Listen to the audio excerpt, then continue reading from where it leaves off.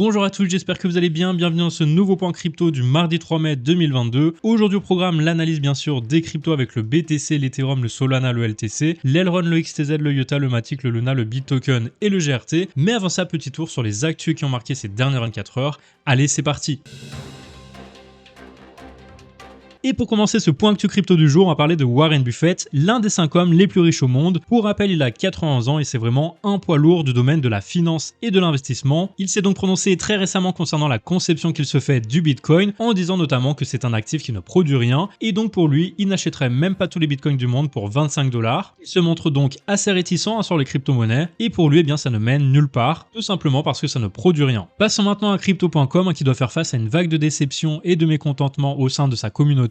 Pour rappel, la plateforme de trading propose tout un tas de services via des cartes bancaires crypto qui permettent notamment de payer dans n'importe quel commerce en échange de récompenses offertes à ses détenteurs. Alors face au fort succès de ces cartes, l'entreprise a été obligée de revoir ses taux à la baisse. Les récompenses sont devenues donc largement moins intéressantes, ce qui a révolté bien sûr les clients. Et malheureusement, donc suite à cette décision de baisser les taux de récompense, le CRO, donc la crypto-monnaie de la plateforme, a chuté de près de 31% en l'espace d'une semaine. L'entreprise a donc dû revoir très rapidement ses taux à la hausse. Je vous invite donc évidemment à consulter cet article ou le site crypto.com pour découvrir les nouveaux taux des cartes bancaires. Et enfin, selon un panel de 36 experts, l'Ethereum pourrait bien aller jusqu'à 11 700 $ en 2025, 23 000 $ en 2030 et d'ici la fin d'année 2022, il verrait bien le prix aller jusqu'à 5 783 $, ce qui signifierait que le prix repartirait à la hausse pour les prochains mois. Donc finalement complètement l'inverse de ce qu'on peut lire sur Twitter parfois, avec certains qui nous annoncent un bear market jusqu'à 2024. Donc dites-moi dans les commentaires ce que vous pensez de cette analyse. Est-ce que vous pensez que le prix de l'Ethereum peut vraiment remonter d'ici la fin de l'année? Est-ce que vous possédez de l'Ethereum et jusqu'à où vous voyez le prix aller en 2025 et en 2030? Dites-moi tout ça dans les commentaires, les paris sont ouverts.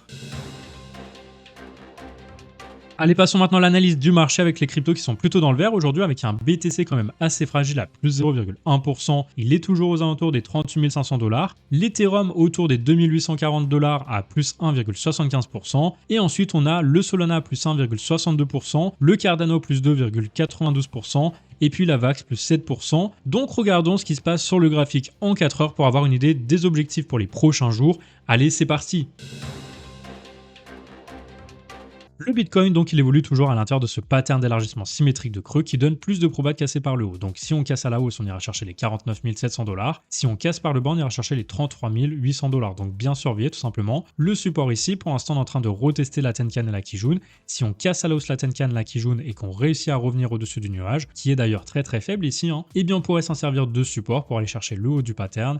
Et si on le casse, on ira chercher les 50 000 $ environ. Pour rappel, il y a quand même plus de probas de casser par le haut parce qu'on a également un biseau descendant qui donne un objectif aux alentours des 46 600 $. Donc ça voudrait dire un retour sur le haut du pattern et puis une cassure à la hausse qui déclencherait directement les 50 000 $ environ. L'Ethereum, alors lui, attention, ça va être déterminant dans les prochaines heures ou les prochains jours. On risque de casser à la hausse ce pattern ou alors d'être rejeté, d'aller casser par le bas étant donné qu'on arrive vraiment à la fin de la compression de ce pattern. En général, ce type de pattern qui est un biseau descendant donne plus de probas de casser à la hausse en direction du point le plus haut de ce pattern, donc ici à 3517 $ environ. Maintenant à voir si on casse ou pas ce passage du nuage très très faible, sachant qu'on est repassé au-dessus de la Tenkan et de la Kijun, donc si on garde ça en support, on pourra casser à la hausse et aller chercher ce niveau de prix. Maintenant si on casse à la baisse malheureusement, eh bien on ira chercher les 2366 $ environ, qui correspondent à la hauteur à l'entrée du pattern, reporté à l'endroit de cassure. Même chose finalement sur le Solana qui évolue depuis un petit moment déjà dans ce biseau descendant en H4. On attend de voir si on parvient à recasser ce nuage aux alentours du 5 mai.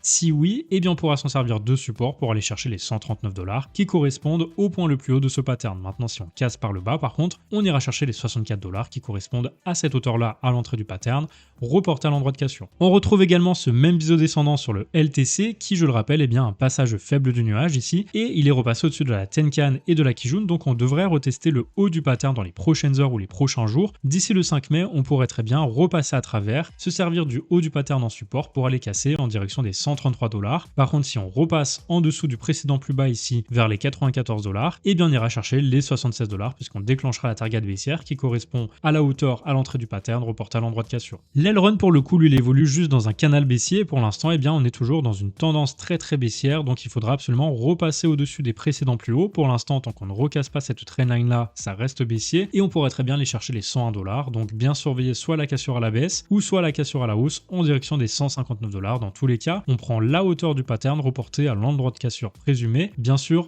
à bouger en fonction de là où ça va casser. Pour l'instant pour moi, tant qu'on ne repasse pas au-dessus du nuage et de la Kijun, ça reste encore très compliqué et on a de fortes chances d'aller casser par le bas. Sur le Tezos, on retrouve ce fameux biseau descendant qu'on pourrait casser à la hausse en direction des 4 $ si on casse ce passage faible du nuage. Par contre, si on repasse en dessous de la Tenkan et qu'on casse à la baisse ce pattern, eh bien on aura de fortes chances d'aller chercher les 1,87 qui correspondent à cette hauteur-là à l'entrée du pattern, reporté à l'endroit de cassure. On retrouve également le même biseau descendant sur le Iota, pour l'instant on évolue toujours à l'intérieur, mais si on repère la Tenkan ici qu'on vient de gagner, eh bien on risque d'aller casser à la baisse en direction des 0,37, ça correspond à cette hauteur-là. Par contre, si on casse à la hausse cette trendline ainsi que le nuage, eh bien on ira chercher les 0,92 qui correspondent au point le plus haut dans ce pattern. Le Matic lui évolue dans un pattern d'élargissement descendant, donc on voit que les prix sont de plus en plus volatiles mais orientés à la baisse, donc en théorie ça donne plus de probabilité de casser à la hausse. Maintenant, est-ce qu'on va parvenir à recasser ce nuage ou est-ce qu'on va être rejeté par la Kijun ou le nuage avant de repartir à la baisse? Si on repart vers le bas, on ira chercher le niveau des 0,73 qui correspond à la hauteur du pattern reporté à l'endroit de cassure,